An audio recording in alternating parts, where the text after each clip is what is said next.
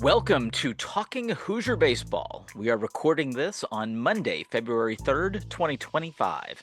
I am Carl James, joined by Cassady Palmer, Chris Feeny, and IUBase.com writer Zach Horwitz. The 2025 Indiana University baseball season is just 11 days away from the recording of this podcast. Starting on Valentine's Day, the Hoosiers will face off in 4 straight days against 3 teams. A lot has happened since we last gathered. 6 2024 Hoosiers plus 3 incoming freshmen were drafted by MLB programs. All of the drafted Hoosiers plus a free agent signed. One of the 3 freshmen signed, the other 2 are on campus. A dozen Hoosiers left via the transfer portal, and just as many entered from other programs. In sad news, 1962 Hoosier baseball alumni, philanthropist, and namesake of the current stadium, Bart Kaufman, passed away in December at the age of 83. As we turn to a new year, the Hoosiers' incoming freshman class was ranked 9th in the nation by D1Baseball.com. Junior outfielder Devin Taylor is a consensus preseason second-team All-American, Big Ten Player of the Year, and a projected first-round draft in the 2025 MLB draft. If he does get to the first round, he will be the first draft pick for the Hoosiers in the first round since Kyle Schwarber. This is a great opportunity to start off with Zach. We are beyond thrilled to have Zach with us for another season of Hoosier baseball. Zach has already been going for us. He wrote a preview of the 2025 infield, which is now up on IUBase.com. And I recommend anyone listening to go pull that up and read Zach's preview. So, Zach, kind of give us a general idea. What is your take on the infield?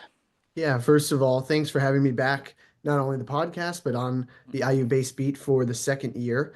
So, yeah, I previewed the infield. It's on the site now if you want to go give it a read. So, we'll start with the catching scenario at Indiana. So, it's mainly just Jake Stadler, who's entering his 5th season of college baseball, that being his second at Indiana.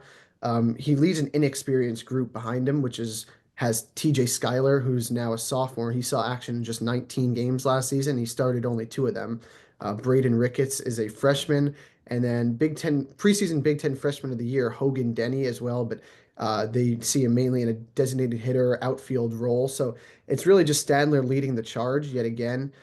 He says he can handle the bulk of the catching duties yet again, and he wants to be a leader for the team. So you saw it with his bat as well. He hit 278 last season, a really consistent hitter for the Hoosiers. He made a jersey change this year, so hopefully that comes with the same production at the plate.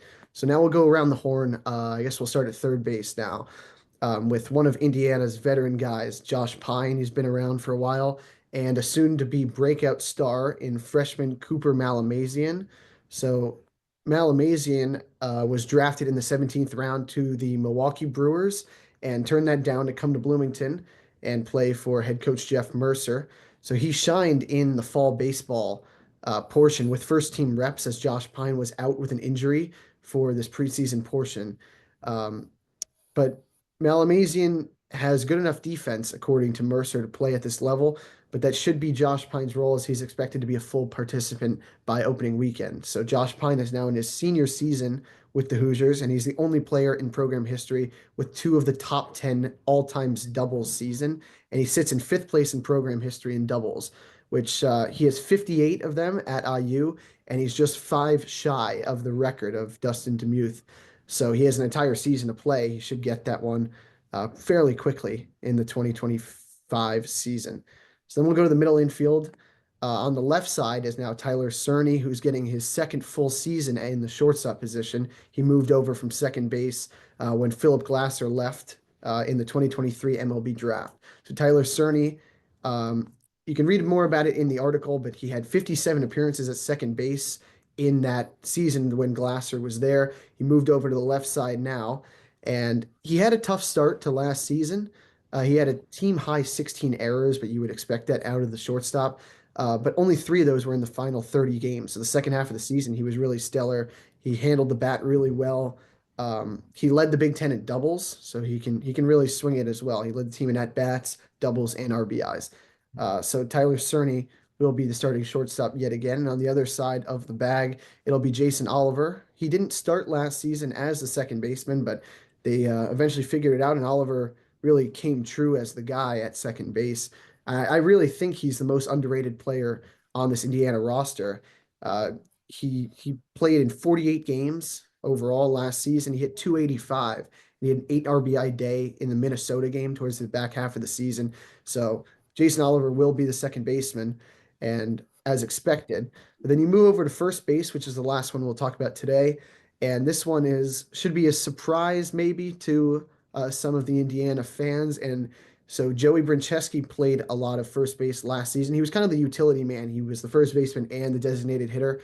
But there's now a new freshman from Ohio, the second ranked player out of the state of Ohio, Jake Hanley. He's a 6'6" freshman, so a big frame lefty swinging bat in the lineup. So Hanley, he was the primary first baseman during the fall exhibitions that we saw. And Hanley was part of that list that Jeff Mercer calls to be physically ready to play a position at this level, an infield position. So Joey Brincheski will also see a role in this lineup, either as designated hitter or at first base. He played 50 games last season, with 29 of those coming at first base. So, and Brincheski also is a switch hitter. Hanley with a lefty bat that could really be a big tool for Indiana in the lineup. So he and Joey Brincheski in that back half of the season in conference play, he hit an astounding 407 as his batting average. So Indiana's infield group is in a good spot. They're pretty deep in terms of depth with these players, and only 11 more days till we get to see them in action. So that's it for the infield preview. You can read more about that on iubase.com. We'll have an outfield preview coming up soon. I'll have it before opening day for sure. And so that's it from me. Now we'll go over to Carl, who did his typical schedule analysis through several perspectives of the schedule or anything but typical. So, Carl, let us know about that. Yeah, it was kind of a balance between typical and atypical for this schedule. Uh, in the broad strokes, the overall strength of schedule, this is a very typical Indiana schedule. This is one that's going to require the team to win somewhere in the neighborhood of the mid 30s in wins, most likely, depending upon how the rest of the teams they play shake out. But there's no there's nothing glaringly bad on this schedule. And yes, I'm talking about 4 game series with Butler. That's not on this schedule. So the things that usually have me questioning things were not involved here. The rougher teams on the schedule are typically 1 gamers, in mostly in these tournaments. The big difference is the fact that the Big Ten is going from a 9 week season into an 11 week season, which means that instead of 24 games in the league, there are 30 games in the league, and obviously it's starting 2 weeks earlier. So that really changes what the math looks like. Plus, you're adding 4 teams into the league that were Pac-12 teams last year. So the I can't completely quantify exactly what that's going to mean because it's kind of hard to predict what are UCLA and USC going to look like uh, from their strength of schedule because they're playing a completely different schedule this season than they did last year. So there's going to be a lot to work out. So some of my math, which is based on taking last year and kind of trying to paste it onto this year, that those are some places where it might not quite work. But in general, I have a good feeling that this is going to be a pretty quality Big Ten group overall, and that we're seeing that elevation. We're seeing good teams in the old structure being left out of the Big Ten tournament, and I mean Maryland didn't make the Big Ten tournament last year, and they were not a bad team. So, it, this year, the from what I'm hearing, I haven't actually seen anything official, but from what I'm hearing, the Big Ten tournament's actually going to bring 12 teams in, so it's going to be a much larger event, and will prevent things like that from happening because that that can end up costing the league in the form of NCAA bids if the league leaves out a team, the NCAA is not going to consider them either. So plus at 30 games, you're not going to have a good team go sub 500 in the league. That's a little bit more likely if you're at 24 or less because it could just be that hey, you happen to have your stretch of injuries or your bad stuff could happen in there. Um, uh, the other thing that's different this year is it's only 23 home games. Um, there have been closer to 30 home games in most of the last few seasons. One of those is that you've got another road Big Ten series that takes out three, and then the other three are due to the fact that the bye week is now a road series. Um, Generally, though, they almost always try to schedule those to be at home. Um, but from what I'm hearing, this kind of had to deal with the fact that just all the scheduling chaos from all the conference switching just kind of necessitated that be a road trip. Um, and I for one usually that's kind of that bye week is usually an RPI dud. Um, and I think traveling to Abilene Christian is actually a good thing for the RPI. So I think that's a good opportunity for the Hoosiers in the strength of schedule. It's just probably the most difficult thing from a fan perspective is that in the last basically quarter of the season, the only thing at home is going to be the Purdue series. So they will be hitting the road pretty much starting mid-April, and with the exception of that Purdue series, it's going to be it's going to right during the nicest weather. They're going to be out on the road, but there's nothing in this schedule at all that says this can't be the team has to do something outrageous in order to get an NCAA bid. And honestly, they can play solid, get 42 wins. I think this team could actually compete if they're that good. If everything comes together and they're that good, they can win 42 games. I think they could actually compete for a host slot. So um, I think a good, solid schedule. All right, so now we'll move on to the professional news that we've heard over the last few months. So Chris will update us on professional news and give us some gambling odds for the new season. Thanks, Carl. Yeah, I mean, obviously, we're going to be looking at some odds. It's a whole new world out there, guys. You can bet futures now for the Big Ten Conference. Yeah, I mean, you kind of, if you knew where to go, you could always kind of bet the College World Series champion. But now you can bet conference champs. You can parlay the SEC champ with the ACC champ, whatever you want to do now. I think it's just a bigger lens on college baseball now, and they know that gambling wise, a lot more people doing it now that it's legal. So I pulled up some of the odds. The favorite, believe it or not, is Tennessee. I guess they'd be going for their back-to-back. There's been a lot of back-to-back lately. We've been told Chiefs things, so maybe they're trying to buy into that. They're plus 700. LSU is plus 800. Texas A&M 850, and then your first sign of non-SEC is Virginia at 1,200, and that's all to one, obviously. So those are your top four. And if you want to start looking at some Big Ten teams, Oregon 6,500 to 1 is the first one you'll find, and then USC at 10,000 to 1, and a certain team from Bloomington is 20,000 to 1. So hey, you want to put a few shekels at 20,000 to 1, it'd be a hell of a payoff. Yeah, I think it just really shows that the lens of college baseball is just growing, right? There's more podcasts, there's more websites. I know when I first started getting into it, I mean, it's kind of why we do what we do, because there just wasn't enough eyeballs on it. I know the beginning of D1 baseball, obviously, really the creation of that site and those guys really brought it bigger. But now, I mean, type in college baseball into your YouTube search, and there's tons of podcasts now, lots of good ones. Guys all over the country, and they're looking at Big Ten stuff, ACC, SEC. It's not just that they're focusing on the SEC, where I'm sure you could find those before, but now it's wall to wall. You can find something for every conference. Speaking of our Pro Bowl Hoosiers, a couple of updates. Obviously, there's no games going on or spring training. We got some life events, though. And, you know, in the world we live in now with Instagram and social media, you can basically, you know, follow your alumni through the life, you know, events.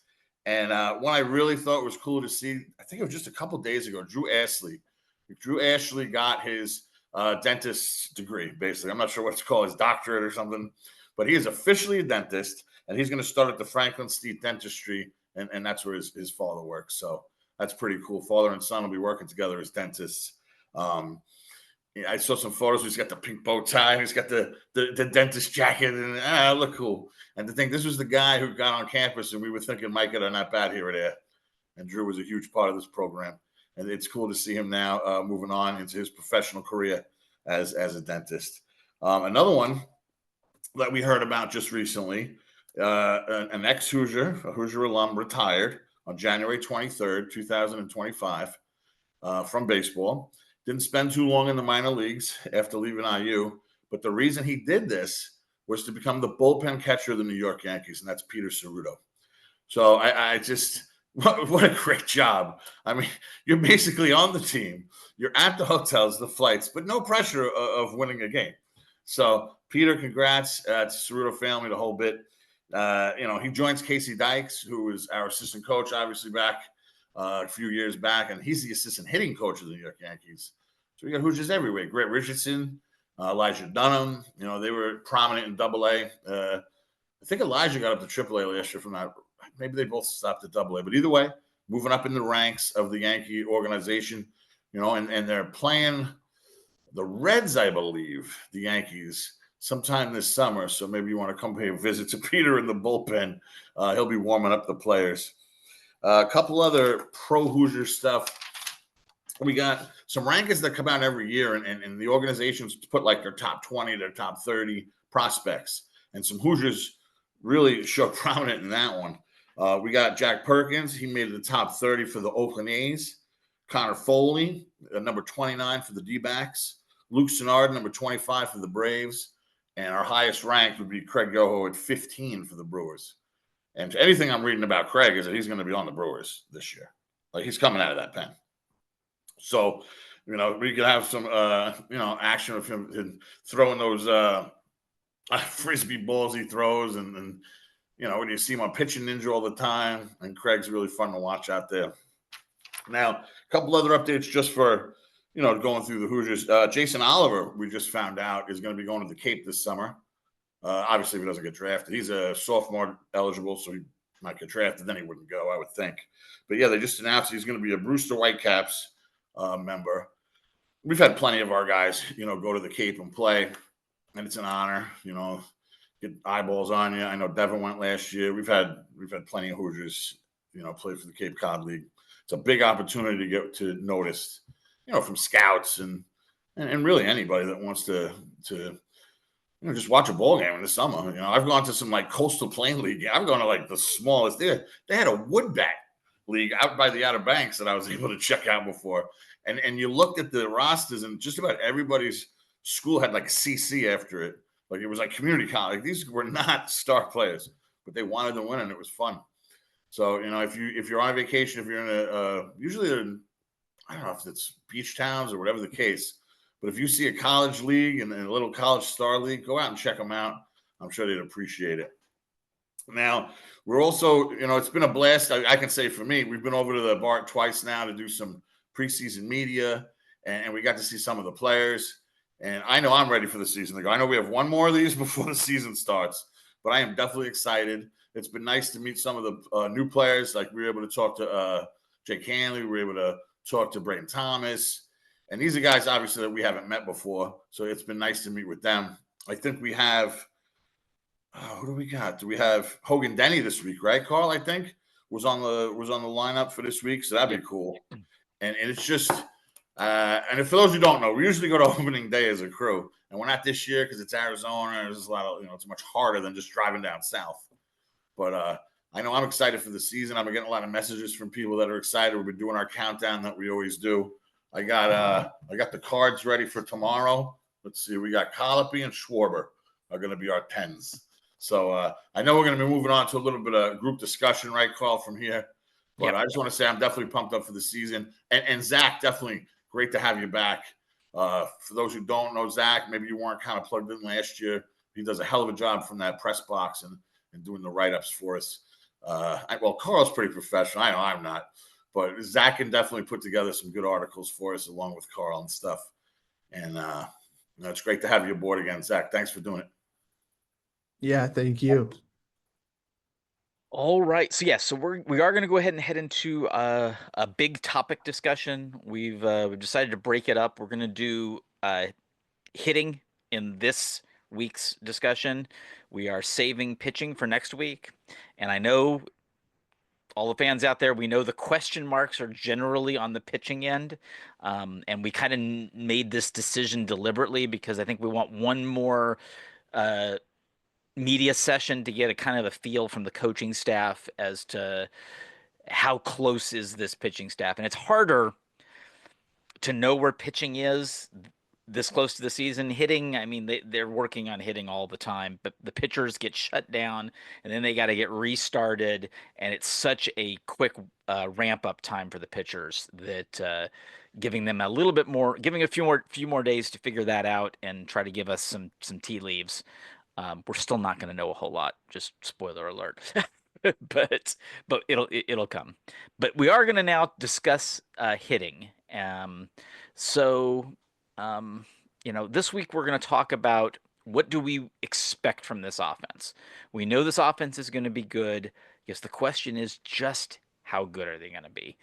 I think Cass has got some stuff prepared, a little statistical goodness for us. So I'll hand it over to Cass to get us going on this discussion. Yes, thank you, Carl. And for me at this point, coming up on the season, from a stats perspective, the best place to start in looking at how an offense is going to do is how did they do last year, and so that for me is looking at the offense of the returning players compared to the players who have left for whatever reason, drafted, graduated, moved on, whatever. And so looking at that, out of the about 2,100 at bats last season, 1,300 of those are returning. That's not a small number. Looking even closer, the batting average for those returning is sitting at just over 300 at 308, whereas for those leaving, it was actually 275. So those returning, better batting average. One spot to look out for, though, and this is not a concern in any way, shape, or form, knowing the bats that have returned and some of the new ones coming in. I don't expect power to be a problem, but the guys who have left were a little bit more powerful, a little bit more frequently. 40% of their hits went for extra bases compared to 35% for the returning guys.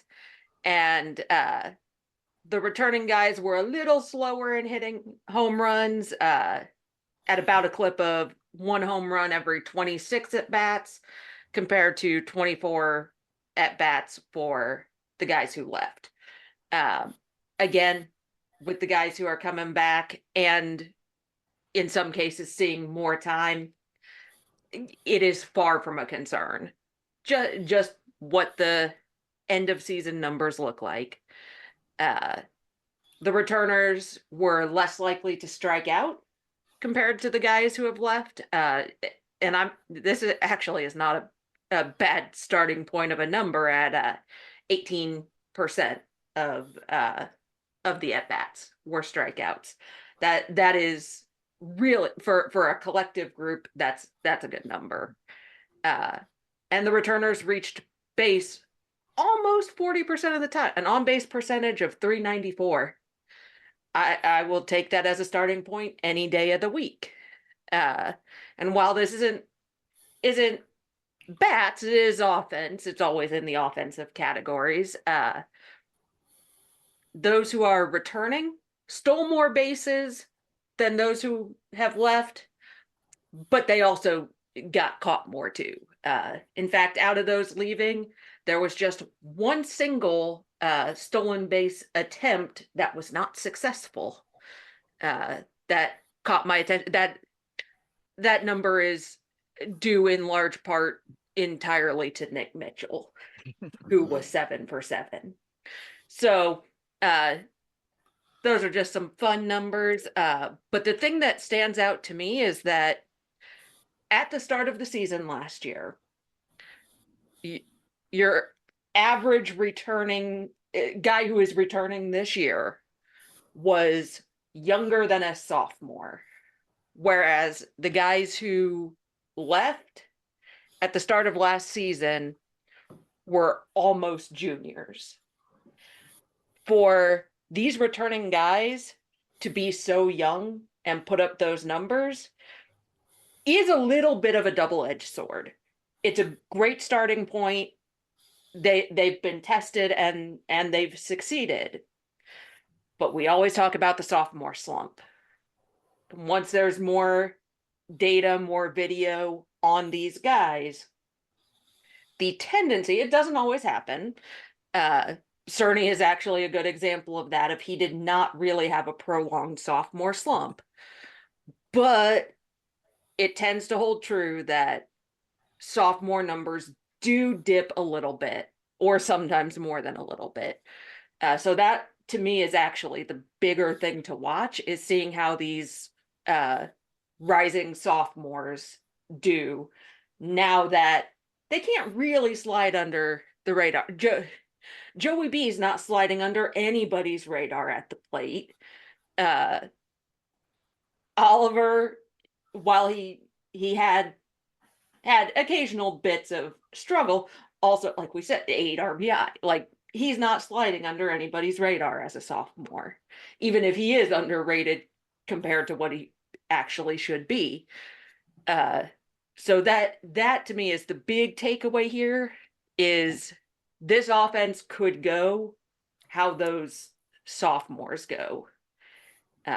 So to me, that's the big thing to look at from these returners. How about you guys? What are y'all seeing in practices in fall? I only see the numbers. I don't see the live stuff.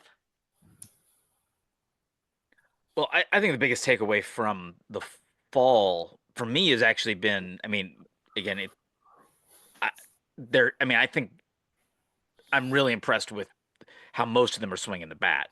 I'm really curious to see what the freshmen do. I think we're going to see some freshmen start lots of games early on. I really want to see how they adjust to college pitching, and college pitching that they haven't seen over and over again, like they have against their own team. But I will say, I really feel that the position players' defense has gotten a lot better, and I also feel that there's just going to be so many options, to the point that they can absorb an occasional injury here and there. Knock There's on going to be wood. options. Yeah. Well, It injuries are happens. going to happen. You just want to And keep them minor and minimal. yeah, but it's like, hey, but the other thing is a lot of times you'll hear about it 3 months later into the summer, that, hey, some guy ended up playing, with having his leg duct taped for 2 months or something. Ryan Feynman. And it's like, oh, well, that's because there were no other options. And you know what? They're going to be able to take care of those minor injuries. Like, give this person a couple weeks off and then go let somebody else show what they can do. Zach, what have you been seeing? Yeah, I really think it depends. Like the whole offense as a whole, it's people are going to focus on Devin Taylor. It's pretty obvious they're going to look at the star player. Devin should be in the leadoff spot, as we heard the other day. He feels comfortable there. He would be in the leadoff spot again. So whoever's the 2 and 3 hole hitters in the lineup has to produce behind him. They're going to pitch around Devin Taylor a lot, maybe walks. Just got to find a way on base, and when they do pitch to him, he'll do some damage with it. I'd also like to see the strikeout numbers go down. The leader in strikeouts last year was Carter Matheson, who's now with the Philadelphia Phillies. So I think this team could be very productive at the plate, maybe situational hitting, moving guys over a little more. Mercer's group is usually not too aggressive on the base paths in terms of like stealing bases, but they can hit for power, contact. I think if the strikeout numbers are down and the guys who can produce outside of Devin Taylor, they can score. And also, I do want to bring up the fact last year, Jeff Mercer was always talking about 6 runs or less from his pitching staff. Indiana can score with anybody in the country. We've seen that in big games and weekends. So it really just depends on where they can hit in the top half of the order. If the bottom half can produce as well when they're starting out the innings. So go over to Chris now. You got anything to add to that? Well, for me, I mean, I'm definitely looking at the power that we brought in, right? Whether it's Hanley, Hogan, Denny, um, going through their high school, they hit bombs. Okay. So if we can get, I mean, Hanley, it seems like has already taken over first base, which is great. We saw him in the fall. He could play the position. If we can find Denny some at bats, I mean, we know he can crush. Cooper, as much as he might, I'm not even going to try the last name, Cooper M. Malamazian. There you go, that guy. As much as he might play, I mean, it sounds like this guy's a bona fide ball player. And if maybe not so much the light pole power, it's head high line drives. We really have some freshman offense coming in, at least that I see.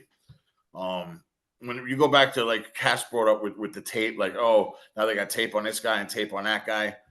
I mean, some of these sophomores got freshmen just riding right up their back for their job. So it might not matter if the tape is there or not. You got these freshman guys that just might outperform them anyway. There's only how many at bats to go around. I know Carl's always big with the series, like counting out how many innings we got to get through. But there's only so many at bats you get in the series too. So we got a lot, and I can't talk enough about Cerny though.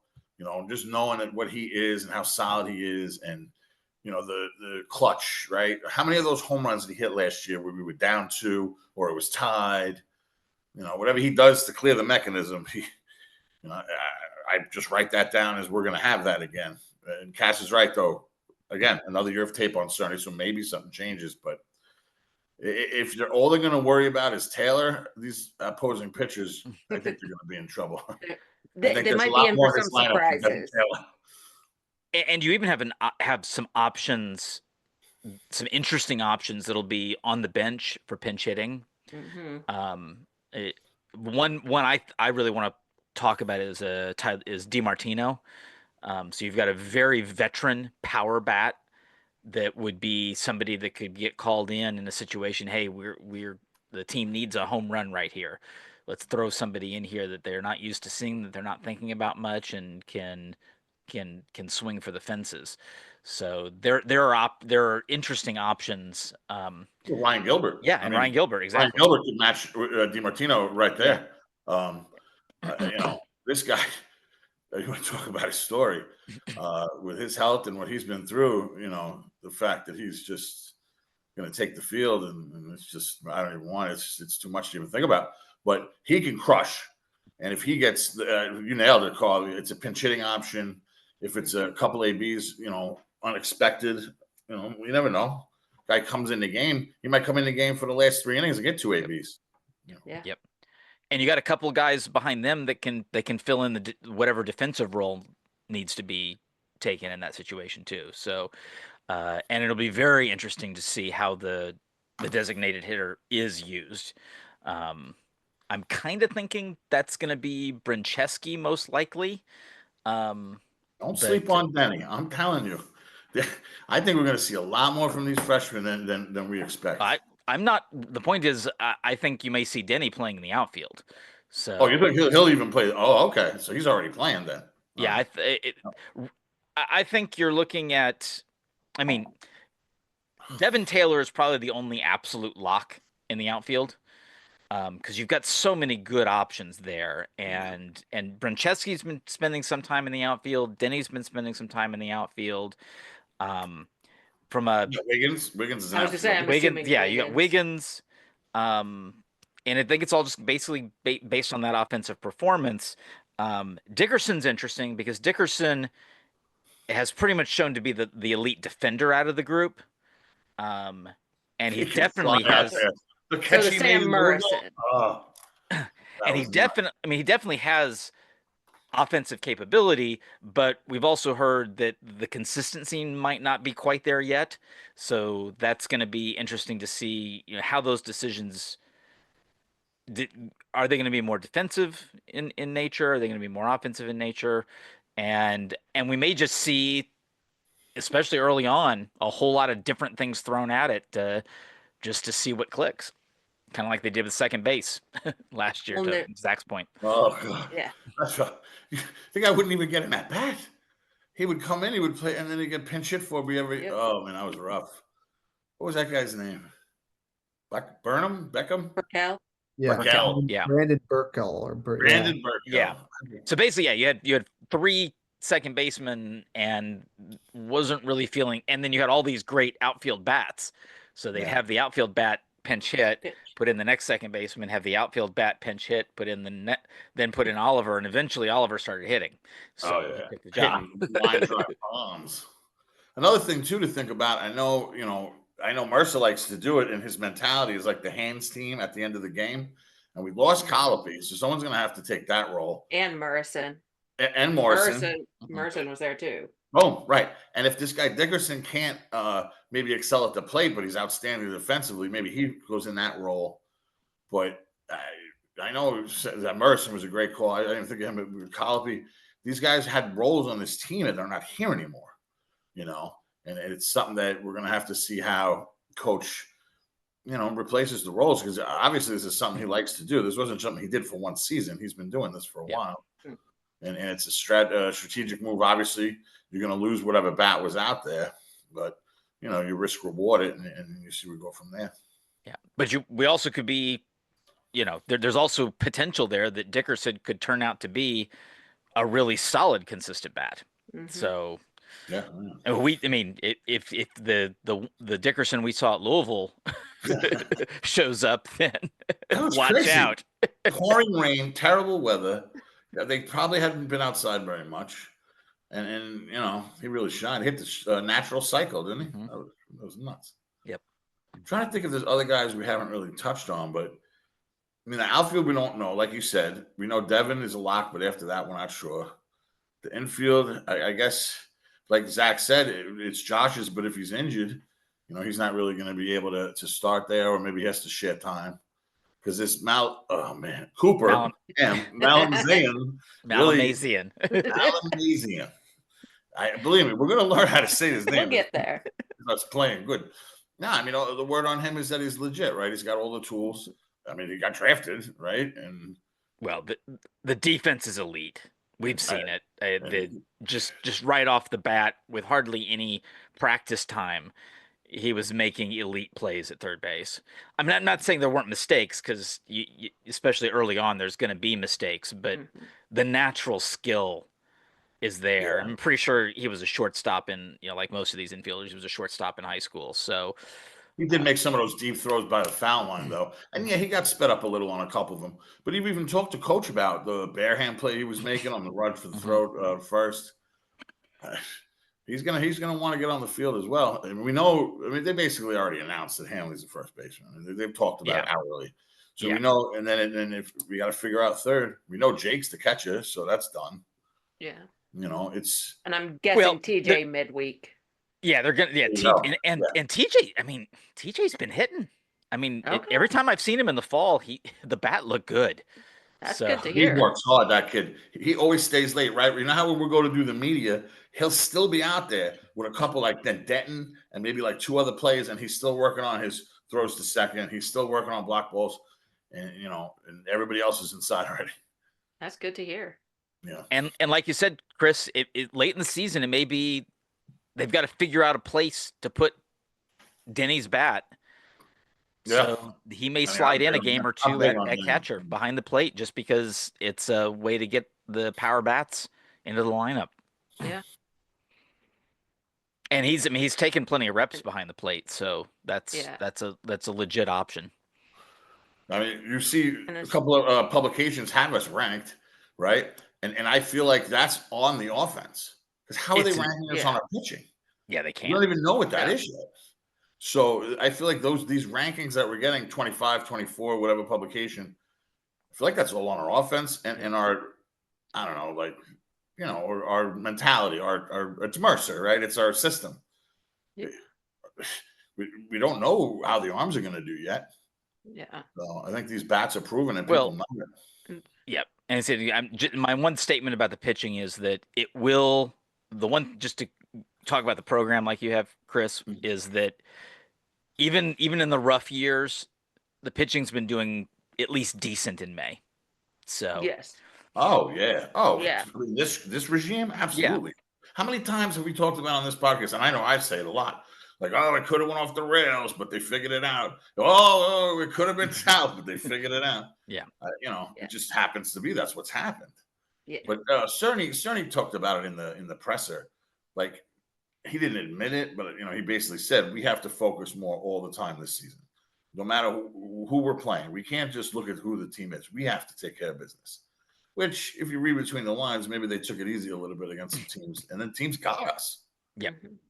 We had some bad losses last year. I mean, we made the tournament, but we had some bad losses, and I think it pissed them off, honestly, because the way Cerny was talking, he's like, no, not this year. It ain't what jersey they're wearing. We're gonna take care of our business no matter what. Yeah, it was local teams too. Butler Yeah. and Purdue, Yeah. Fort Wayne, Evansville, who turned out to be a really good team, and you saw it in the Super Absolutely. Regionals. But Yeah. it's in-state teams, so hopefully they can win those games this year and find a midweek guy to go to. Yeah, he did not seem happy, Cerny, at all, which I liked. Like, he had a little edge on him talking about that. Oh no, not this year. Good. yeah. Don't want a repeat of last March. That is for sure, for certain. Good. So, All right. Well, as I said, we're going to be back at this in a week, and we're going to really deep dive into the pitching staff, and it will take a full podcast because there's over 20 pitchers on this roster. So over half of the roster is arms. So there's a lot to kind of unpack there. And we still have more to learn. We're gonna be there on Wednesday talking to a couple of pitchers and the coach and Coach Mercer and try to get a little bit more of a feel for how is this pitching staff going to be going into to that week.